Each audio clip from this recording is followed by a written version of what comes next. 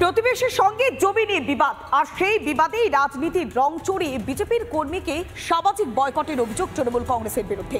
কোচবিহারের তুফানগঞ্জে বিজেপি কর্মীর বাড়িতে এবার লাগিয়ে দেওয়া হয়েছে তৃণমূল কংগ্রেসের পতাকা। দেখুন সেই ছবি।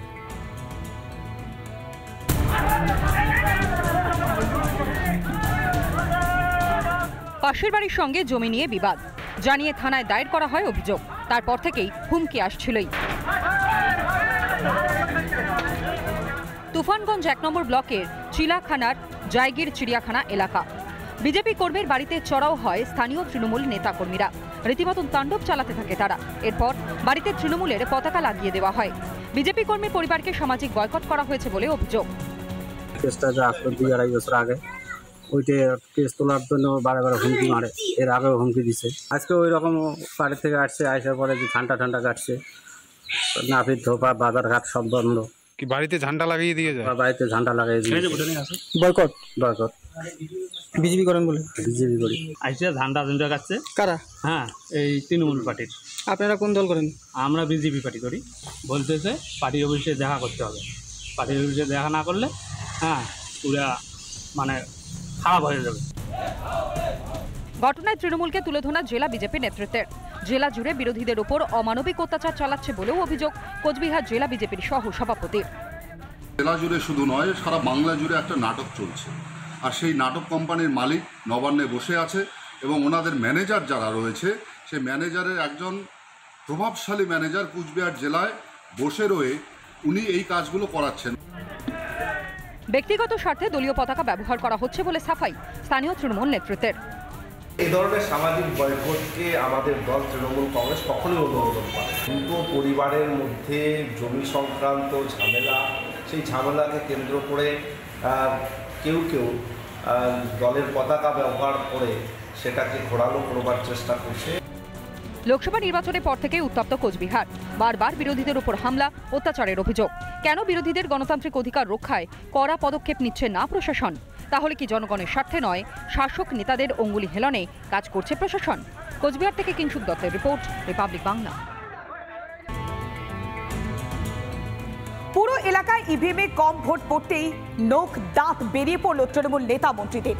দিনাটার পর মাথা ভাঙাতেও লক্ষ্মীর ভান্ডার বন্ধের হুমকি। কিন্তু এভাবে হুমকি দিয়ে কি ভোট বাড়াতে পারবে তৃণমূল কংগ্রেসের নেতারা? উঠছে সে প্রশ্ন।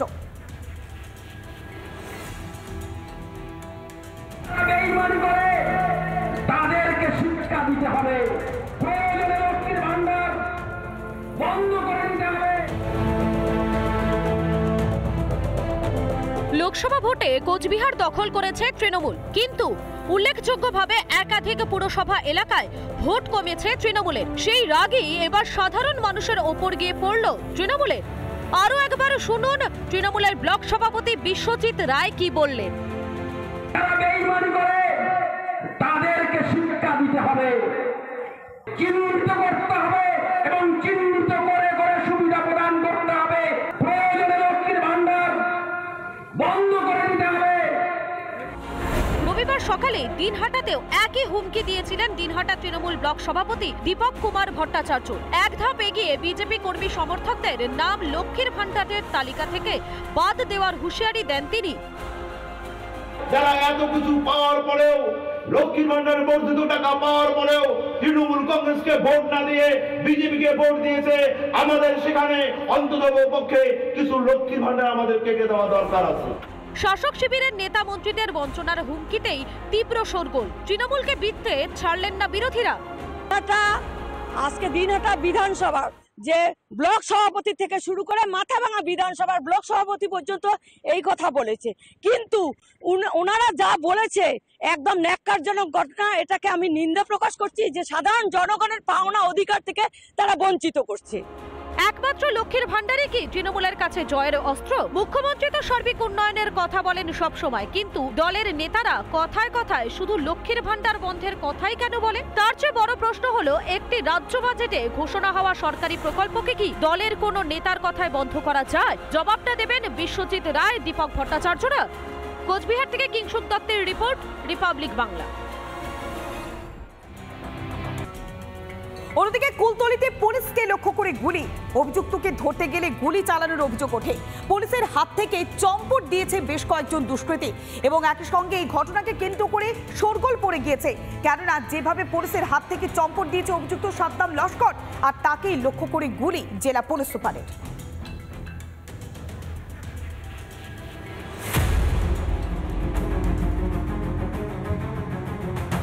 প্রতারকের খোঁজে গিয়ে কুলতলিতে আক্রান্ত পুলিশ কর্মীদের লক্ষ্য করে গুলি চালানোর অভিযোগ কুলতলির জালাবেড়িয়া 2 গ্রাম পঞ্চায়েতের পয়তারহাট এলাকায়।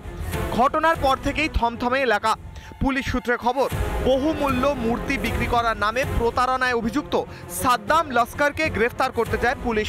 সেই সময় পুলিশকে লক্ষ্য করে চলে গুলি। বারুইপুর জেলা পুলিশ সুপার পলাশ চন্দ্র ঢালি জানিয়েছেন, পুলিশকে লক্ষ্য করে গুলি চালানো হয়েছে, যদিও অভিযোগ অস্বীকার করেছেন অভিযুক্তের মা। গুলি ওখানে চলেছে, এবার পুলিশদের হাতে কিন্তু বন্দুক।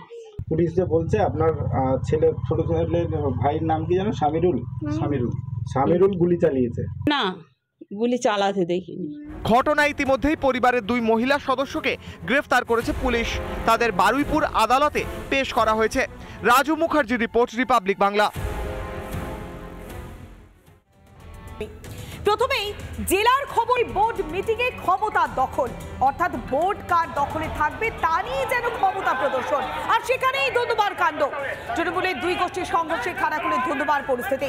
সংঘর্ষে মাথা ফাটল পঞ্চায়েত সমিতির সভানেত্রীর। খানাকুল 1 নম্বর পঞ্চায়েত সমিতির বোর্ড গঠনের পর থেকেই কোন্দল সামনে। পঞ্চায়েত সমিতির পূর্ত কর্মাধ্যক্ষ নইমুল হক গোষ্ঠীর সঙ্গে এবার অপর গোষ্ঠী কোন্দল বাঁধে খানাকুল 1 নম্বর ব্লক তৃণমূল সভাপতি দীপেন মাইতি গোষ্ঠীর। একই সঙ্গে স্থায়ী সমিতির বৈঠক ঘিরে পঞ্চায়েত সমিতির মহিলা সভাপতির মাথা ফাটিয়ে দেওয়া হয়। পঞ্চায়েত সমিতির সদস্যদের বাদ যায়নি কিছুই। পঞ্চায়েত সমিতির অফিসের বাইরে জমায়েত করে তৃণমূলের দুপক্ষ। জমায়েত হঠাৎই লাঠি উঁচিয়ে তাড়া করে পুলিশ, সেই ছবিও দেখাচ্ছে রিপাবলিক বাংলায়। দুপক্ষের জমায়েত, আর সেই জমায়েতকে হঠাৎই গিয়ে লাঠি উঁচিয়ে তাড়া করে পুলিশ। মোটামুটি কতজন আহত হয়েছেন? আর সভাপতি ম্যাডামের মাথা ফাটিয়ে দিয়েছে।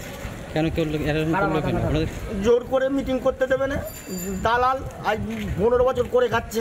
মিটিংটাকে বানচাল করার জন্য নহিমুল হক রাঙা এই সব করেছে। প্রশাসন ছিল, পুলিশ প্রশাসন ছিল, প্রশাসন বাইরে ছিল, ভিতরে ছিল না। আপনাকে মারধর করা হয়েছে? হ্যাঁ, তো জামা ছিল। আজকে আমাদের স্থায়ী সমিতি থেকে আমরা পদত্যাগ করেছিলাম 22 জন। আমরা আজকে আমাদের হিয়ারিং ডেকেছিল, এসডিও ম্যাডাম আমাদের হিয়ারিং ডেকেছিল, আমরা মিটিংয়ে ডেকেছিল, চিঠি করেছিল, আমরা এসেছিল। কোনো জেনারেল মিটিং হয়নি। আজকে হঠাৎ 3 দিনের বা 4 দিনের নোটিশে জেনারেল বডি মিটিং ডাকা হয়। মহিলাদেরকে ভেতরে অ্যাসাল্ট করে মারে এবং যাকে ডাক্তার রেফার করার জন্য বলছে, সেখানে আমরা প্রশাসনের কাছে অনুরোধ করেছিলাম যে মিটিংটা পোস্টপোন করে নেক্সট একটা ডেট দেওয়া হোক। কোনো রকম কিছু না করার জন্য আমরা বাধ্য হয়ে এখান থেকে বয়কট করেছি। যেহেতু পঞ্চায়েত সমিতির রুলস অনুসারে কি আছে ওনারা উত্তর দেবেন, কিন্তু আমি একটা কথা বলতে চাই যে গণতান্ত্রিকভাবে যে নির্বাচিত জনপ্রতিনিধিরা, তাদেরকে এই জেলার সভাপতি রামেন্দু সিংহ রায়কে ধিক্কার জানাই যে রামেন্দু সিংহ রায় খানাকুল অশান্ত করার জন্য যত রকম চক্রান্ত করা যায়, খানাকুলের মহিলাকে মেরে তিনি তার স্বার্থ কায়েম করতে চাইছেন।